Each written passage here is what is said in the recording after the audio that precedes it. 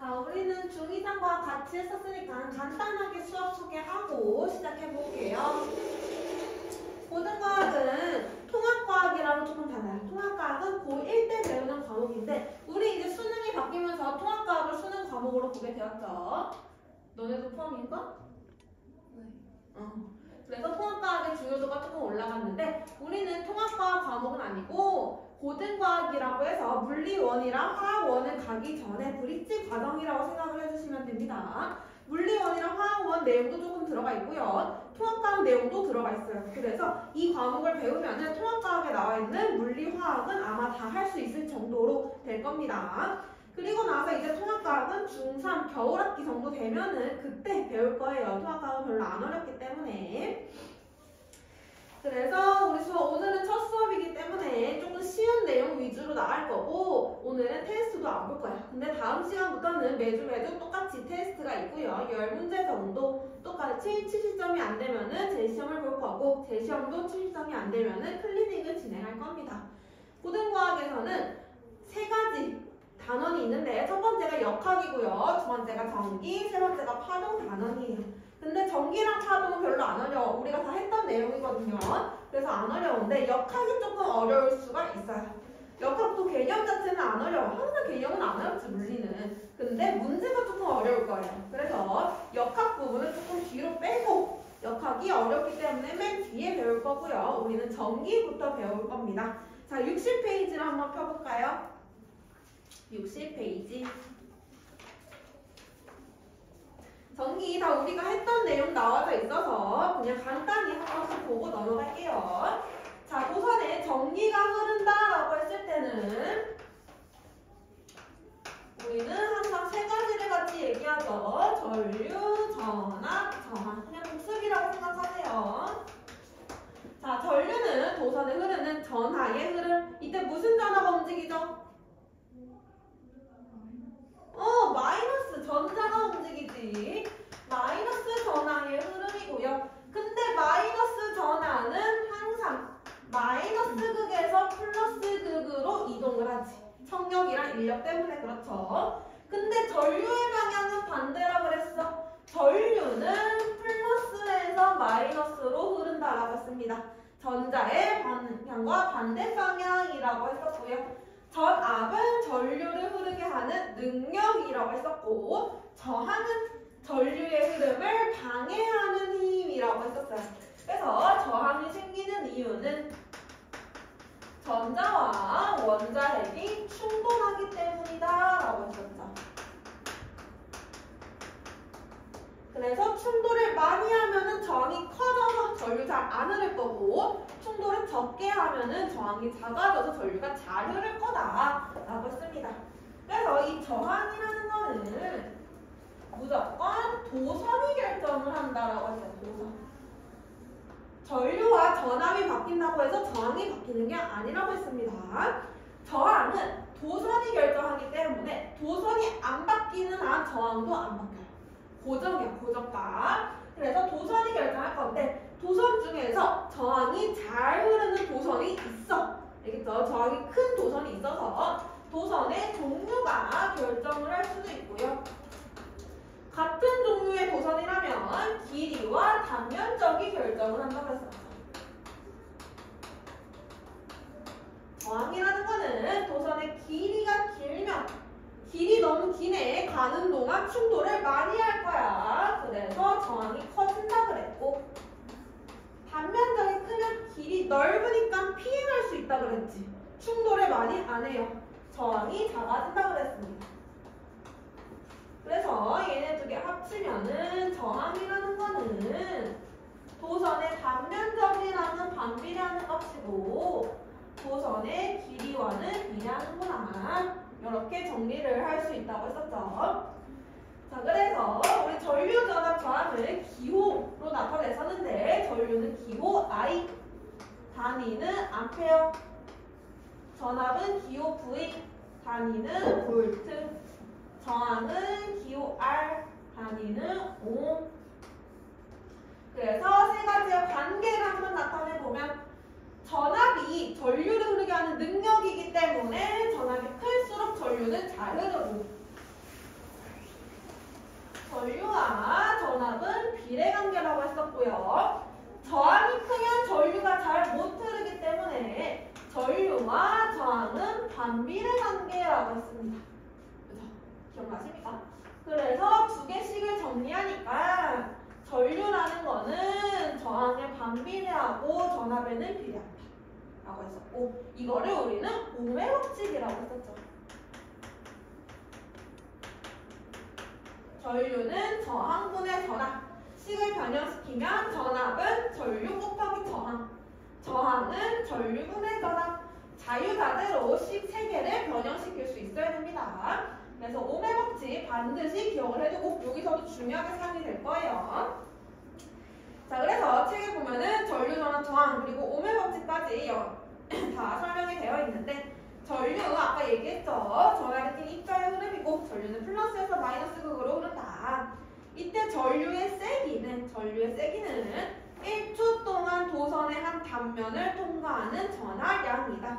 전자가 막 움직이겠죠. 근데 내가 전류의 세기를 측정하고 싶어. 그러면 여기서 전류의 세기를 측정을 하는 거야. 이때 1초에 전자가 몇 개 통과하냐, 이게 전류의 세기가 되겠죠. 그래서 전류의 세기라는 거는 여기를 한 단면을 통과한 총 전하량을 시간으로 나눠주면 되죠.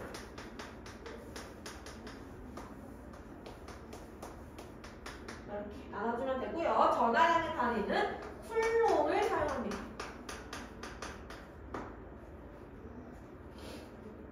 그래서 전하량은 전류 곱하기 시간으로도 구해줄 수 있다. 자, 그 다음에 전압, 저항 밑에 다 설명 나와 있고 오음의 법칙까지 다 설명 나와 있죠. 이때 그래프 나왔을 때 그래프 두 가지 나올 수가 있는데, X축이 전류, Y축이 전압인 그래프도 있고, X축이 전압, Y축이 전류인 그래프도 있죠.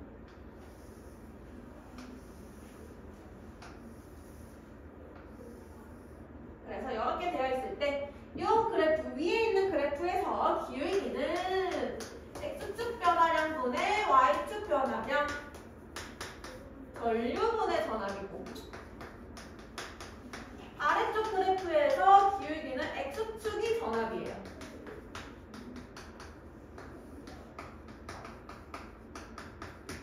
그래서 이게 조금 다르다고 했었죠. 위에 거는 전류분의 전압이기 때문에 기울기가 의미하는 게 저항이 될 건데, 아래쪽 그래프는 전압분의 전류이기 때문에 저항의 역수가 나와요. 이렇게. 그래서 뭐가 X축이 전압인지 전류인지를 확인하고 풀어야 됩니다. 이게 1번, 2번, 3번, 4번이라고 한다면 저항의 크기 비교하라고 하면 기울기가 저항이야. 기울기 큰 거 1번이죠. 1번이 2번보다 저항이 큰데 얘는 누가 더 커? 그렇지. 얘는 저항의 역수이기 때문에 기울기 작은 게 저항이 더 크죠. 4번이 3번보다 저항이 크다. 이렇게 설명해 줄 수 있습니다. 그래서 그래프 나왔을 때 기울기가 의미하는 게 저항인지 저항의 역수인지 확인하세요. 자, 그 다음에 오음의 법칙과 저항의 연결. 직렬 연결, 병렬 연결 우리 중2 때 다 배우죠. 직렬 연결은 한 줄로 연결하는 거고, 병렬 연결은 두 줄 이상으로 연결하는 거. 직렬 연결일 때는 전류가 동일하다고 그랬고요. 병렬 연결일 때는 전압이 동일하다고 했습니다. 그래서 직렬 연결이면 전류가 동일하니까 I는 I1이랑 똑같고 I2랑도 똑같다. 항상 전류가 같다. 근데 전압은 전체 전압은 두 저항에 걸리는 전압을 더해주면 된다. 전체 전압은 다 더해주면 된다. 저항도 마찬가지지. 전체 저항은 다 더해주면 된다. 두 개의 저항을 다 더해주면 된다. 병렬일 때는 전류가 다르다 그랬지. 기 두 갈래니까 전류가 나눠져서 들어가니까 전체 전류는 두 개의 전류를 더해주면 된다. 전압은 다 똑같다 그랬어요. 전체 전압이나 저항에 걸리는 전압이나 다 똑같고요. 저항이 문제였지. 저항은 역수로 구해준다고 그랬습니다. 전체 저항의 역수는 각 저항의 역수의 합으로 구해준다. 이때 주의할 점 뭐라 그랬어? 저항의 역수를 구했으니까 답을 적을 때는 다시 역수를 취해줘야 돼요. 그죠? 우리는 R분의 1을 구했으니까 R 물어보면은 다시 역수 취한 다음에 답을 적어주셔야 됩니다. 자, 직렬 연결이랑 병렬 연결에서 저항의 개수가 늘어난다면 직렬 연결 같은 경우에는 한 개 연결했을 때와 두 개 연결했을 때 비교를 해보면 얘는 이게 저항이고 얘는 이 전체가 저항이라고 생각하면 돼. 도선의 단면적은 똑같아. 그치? 근데 길이가 길어져. 저항이 많아질수록. 길이 길어졌으니까 저항 커져야지. 저항의 개수가 늘어날수록 저항, 전체 저항은 커져요. 근데 병렬 연결은 두 줄로 연결하게 되면은 얘가 저항, 얘는 요렇게가 전체 저항. 얘는 길이는 똑같은데 단면적이 커져요. 저항의 개수 늘어날수록 단면적이 커집니다.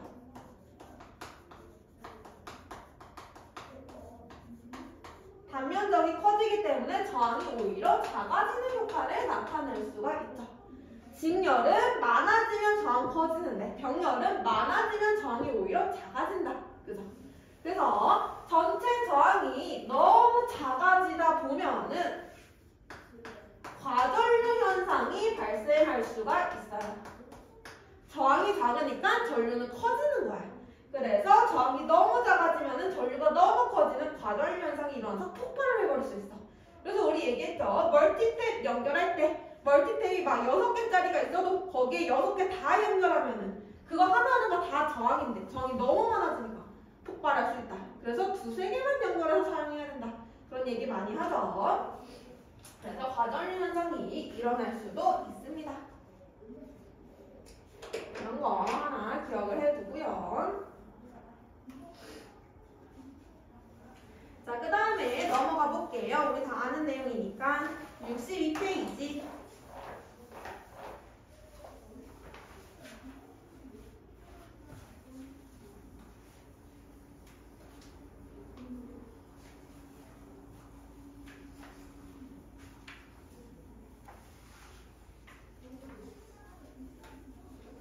자, 62페이지 넘어오면은 전기 에너지 나와져 있습니다. 전기 에너지는 기호 2죠. 이 에너지니까 단위는 주를 사용해요. 1의 단위랑 똑같아. 1이나 에너지는 서로 전환이 가능하잖아. 그래서 1의 단위랑 똑같은 단위를 사용을 하고요. 이때 전기 에너지 어떻게 구하냐면 전류 곱하기 전압 곱하기 시간으로 구합니다. 시간의 단위는 세크. 기호로 나타내면은 VIT. 이게 전기 에너지. VIT. 자, 근데 VIT를 조금 변형시켜 보면은 오메법칙으로 변형시키는 거야. V는 IR이지. 오메법칙 쓰면. 그럼 V 대신에 IR 넣으면 I 제곱 RT. 이렇게도 변형시킬 수 있어. 만약에 전압을 모를 때는 이 식을 쓰면 되겠지. I 대신에 R분의 V를 넣은다면 R분의 V 제곱 T. 이렇게도 변형시킬 수 있겠죠. 이렇게 변형시킬 수 있고요. 그 다음에 발열량.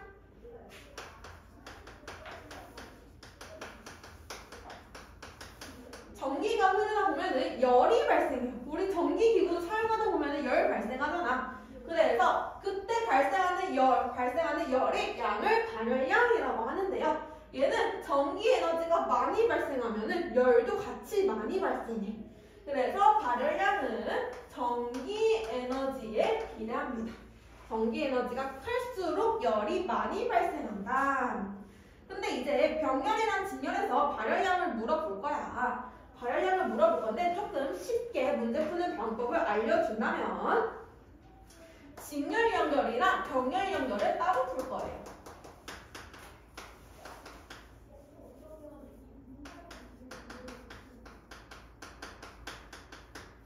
직렬 때는 전류가 동일하고요. 병렬 연결 같은 경우에는 전압이 동일합니다. 그래서 나 발열량 구할 건데 직렬 연결일 때는 무슨 식 쓰면 되냐면 얘를 쓰면 돼. 어차피 똑같은 식이야. 얘를 쓸 거고 병렬 연결일 때는 얘를 쓸 거야. 두 개 다 똑같은 식인데 조금 계산 쉬우라고 쓰는 거예요. 자, 근데 직렬인데 전류가 동일하잖아. 얘가 동일하잖아. 얘가 동일해. 그럼 결국에 직렬 연결에서 발열량은 저항이 결정해요. 저항이. 직렬 연결일 때 발열량은요. 전류가 동일하기 때문에 저항에 비례합니다. 저항이 클수록 발열량이 커지는 거예요. 저항의 B가 발열량의 B가 돼요. 저항이 1대2다. 그럼 발열량도 1대2다. 이렇게 되는 거야. 병렬일 때는 전압이 동일해요. 전압 신경 안 써도 되죠. 어차피 똑같으니까. 그 다음에 발열량은 저항에 반비례하네.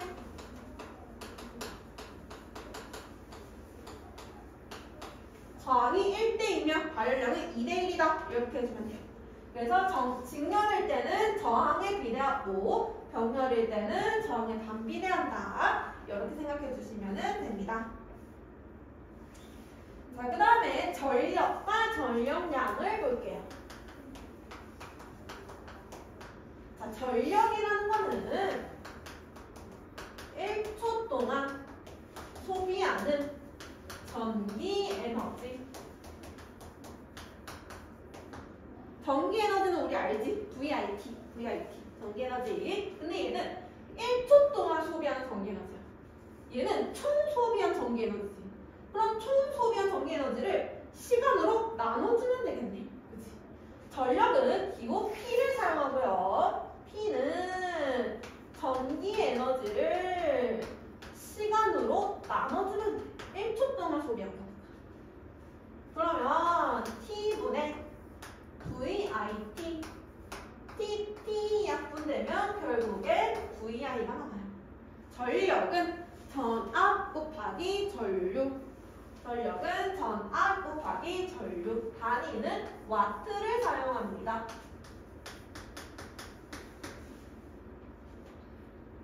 그래서 전력 물어보면은 VI를 구할 수 있고요. 얘도 마찬가지로 R제곱 R, 아니 I제곱 R 이렇게 바꿀 수도 있고 R분의 V제곱 이렇게 바꿀 수도 있고 너는 오메오트 써서 바꾸면 되고요. 그 다음에 전력량. 전력량은 일정 시간 동안 소비하는 전기 에너지. 그래서 얘는 전력의 시간을 곱해주면 되는 거야. 그래서 전력량은 전력의 시간을 곱해주면 되고요. 얘는 그래서 VI에 T를 곱해줄 건데 이때 T는 쟤랑 달라. 전기 에너지랑 달라. 전기 에너지는 T가 초였어, 초. 근데 얘는 아워야, 아워. 전력에다가 시간 곱해줄 건데요. 얘는 기준이 아워입니다, 아워. 알겠죠? 그래서 단위도 와트에다가 시, 아워를 곱해준 거, 와트시를 사용해요.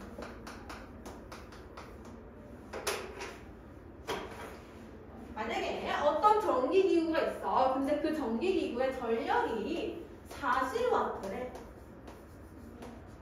그죠? 그러면 그 기구를 1시간 동안 사용했을 때는 전력량이 40W시가 되죠.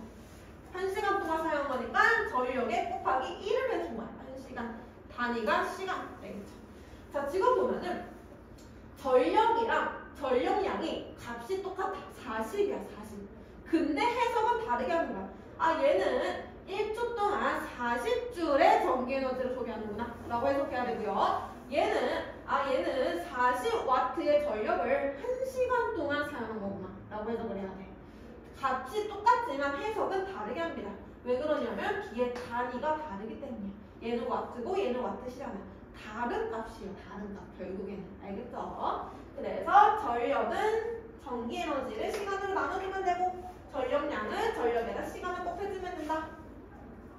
자, 62페이지에 탐구자료 한번 볼게요. 탐구자료.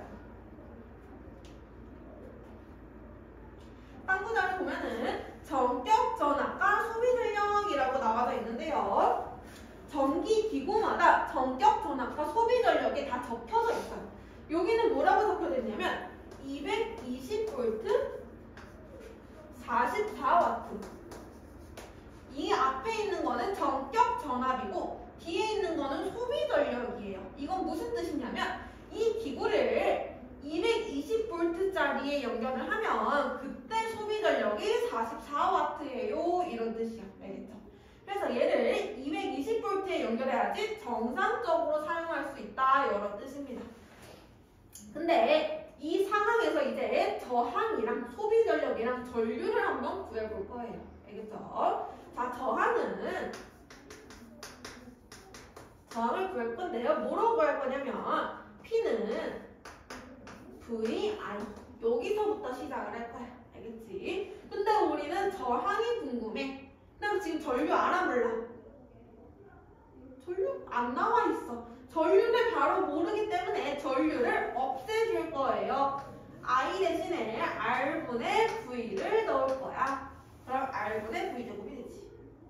그래서 R은 우리가 구하고 싶은 R은 넘겨주고 넘겨주면 P분의 V 제곱이 돼요. 알고 있나? P분의 V 제곱. 우리가 알고 있네. 소비 전력은 44고 전압은 220이야. 제곱하면은 저항 구할 수 있습니다. 그 다음에 소비 전력은 그냥 얘 그대로 구해주시면 되고요. 전류는 또 P는 VI에서 출발해. 출발하면은 I는 V분의 P야.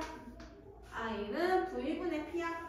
그러면 V분의 P 이렇게 넣어줘서 구해주면 되겠죠? 별로 안 어렵죠? 자, 근데 얘를 220V가 아니고 110V에 연결하는 거예요. 44W는 220V에 연결했을 때 소비 전력이고 얘를 110V에 연결하는 경우. 근데 지금 도선이 안 바뀌었어. 도선은 똑같단 말이야. 그럼 저항 바뀌어 안 바뀌어? 바뀌면 안 돼요. 저항은 바뀌면 안 돼. 저항은 전압이랑 전류 바뀐다고 바뀌는 값이 아니라 그랬어요. 그래서 저항은 얘 그대로 구해줘야 돼. 여기에 110 넣으면 안 돼. 220 넣는 거야. 알겠지? 저항은 바뀌면 안 됩니다. 대신에 소비 전력이 바뀌어요. P는 VI인데 우리 I 모르니까 R분의 V 넣읍시다. 이렇게 R분의 V 제곱. 그럼 우리 R 구했으니까 R 넣으면 되고 V는 110 넣어주면 돼요. 이렇게 계산을 해주는 겁니다. 이렇게 계산하고 그 다음에 전류는 똑같아요. P는 VI I는 V분의 P. 그러면 우리 소비 전력 구했고 전압 나와 있으니까 각각의 값을 넣어주면 돼요. 그래서 저항만 조금 주의를 해줍시다. 저항만 전압이 바뀌어도 그대로 220을 넣어서 계산을 해준다. 이것만 주의해 주시면 됩니다. 그래서 전력과 전력량 얘기를 조금 했고요. 자, 62페이지 맨 밑에 오면은 전력 손실이 나와져 있어요. 전력 손실.